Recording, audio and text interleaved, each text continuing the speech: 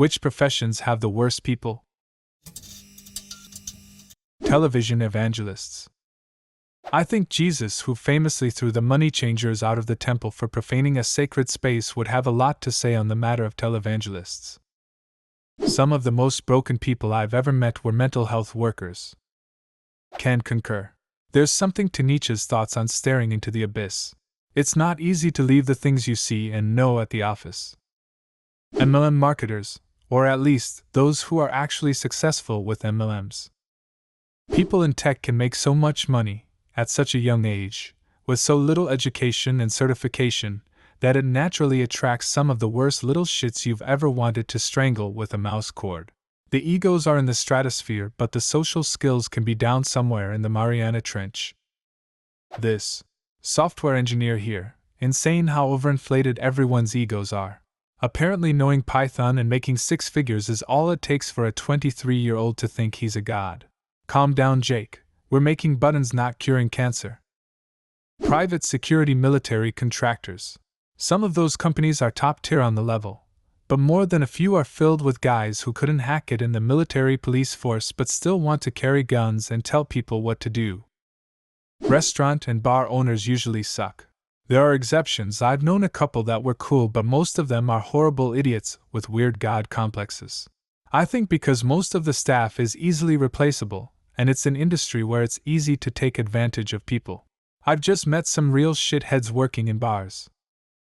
I've worked in quite a few establishments, and this is spot on. Massive egos, crazy, sexual perverts, it just goes on and on. Doesn't matter if I was doing bottle service or working in a family-friendly restaurant. Never again. And if I have a daughter, I'm keeping her out of that industry. Collections. I worked in IT at a collection agency. People would start out normal, but after a while they would forget to turn off the dick mode they used on the phone when dealing with other people. After a few years, they treated everyone like a deadbeat. I once had a collections company call me. The agent started yelling at me about how I'm just trying to delay paying. I asked for the manager. Manager, if they even were a manager, gets all high and mighty. Starts asking if I didn't pay the bill because my wife took all my money and ran off. I didn't have a wife. Or ex-wife at the time. Tells me that's why I drive a piece of shit and live with my parents. Spends about 30 minutes insulting me, all over a bill from a hospital that I was in the process of contesting. Good thing I recorded the call and got in touch with a lawyer. Collections company ended up footing the bill for me and paying me another $750 directly. Every nurse I've ever met has been either a total sweetheart or an overgrown high school bully. I work at a university that offers a degree in nursing. We basically get three types: great people, good at their studies, will be good at the job. Bullies who will pass and go on to be no-nonsense hard-ass nurses, which are sometimes needed. And then the people who should not finish the degree but probably will because getting it right 50% of the time is good enough. Hot take, but orthodontists. Those smug motherfuckers are the Wall Street bankers of your mouth. Only in America, I suppose. In Europe, they fix your teeth for free. Most orthodontists have taken at least 10 years of dental school to sculpt your smile. They are underrated medical professionals who have a secret superpower to change your life with some pliers and wire. As a receptionist, I have to say it, receptionists. I have met so many countless vapid, bitchy, disrespectful, downright awful receptionists, especially medical receptionists. Every single day I do my best to be the complete opposite of that. Yes, there are definitely aspects of the job that can make you feel bitter as hell, but in the end, it's a matter of choosing kindness. Oilfield workers, full of meatheads that grew up poor as dirt, that make a year's salary in half the calendar year, so they come home and act like jackasses that own the world because they have a few bucks in their pockets. Apparently showbiz. Most are starving artists. We only hear about the real a-holes at the top. I was a correctional officer for a year in Florida. I cannot say if this profession has the absolute worst people, but it is really bad. Maybe you could imagine what it would be like going into a lockdown facility day after day, coming face to face with some of the worst people imaginable, receiving death threats on a daily basis, dodging manipulation, and dealing with some of the absolute insanity that goes on.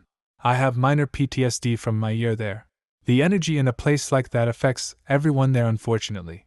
The officers there can sometimes take on the energy of the inmates, and some may be just as manipulative, angry, and sometimes insane as the prisoners themselves.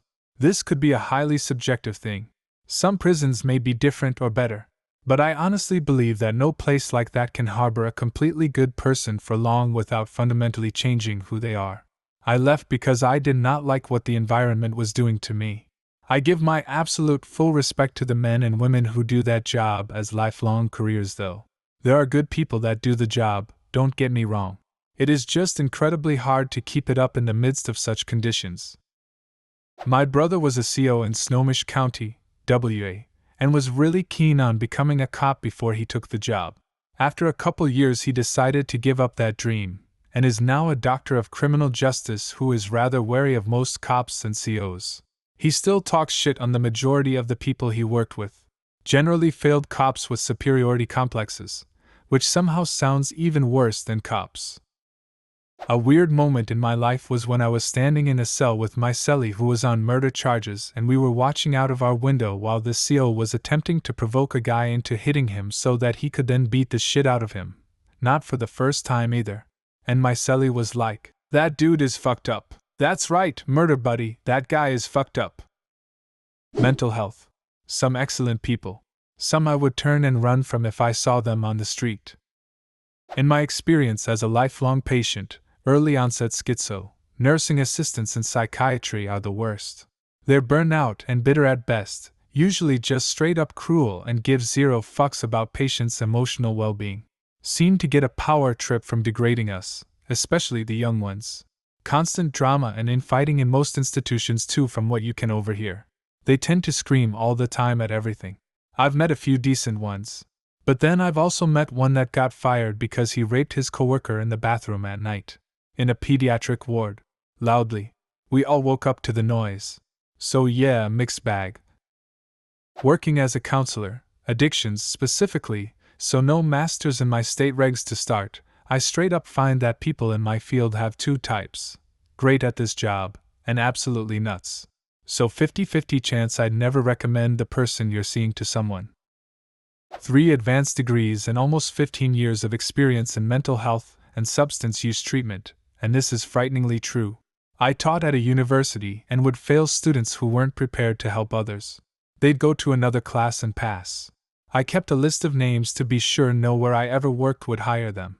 I also found that supervising and managing therapists was in many ways much harder than helping my PTS because of so many unresolved MH issues in my staff. You either go into it because you want to help or because you need the help. That second one can be dangerous.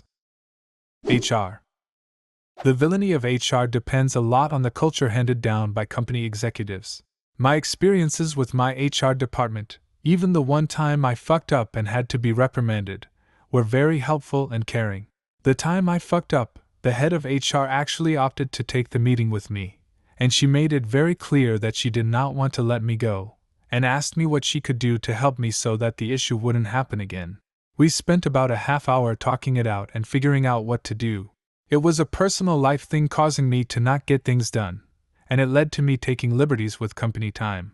I was shocked that she actually acknowledged that I was in a rut, and that not only did I need help to get out of it, but that I deserved that help. Honestly, the only people in this company to make me not feel like a human resource was our human resources department.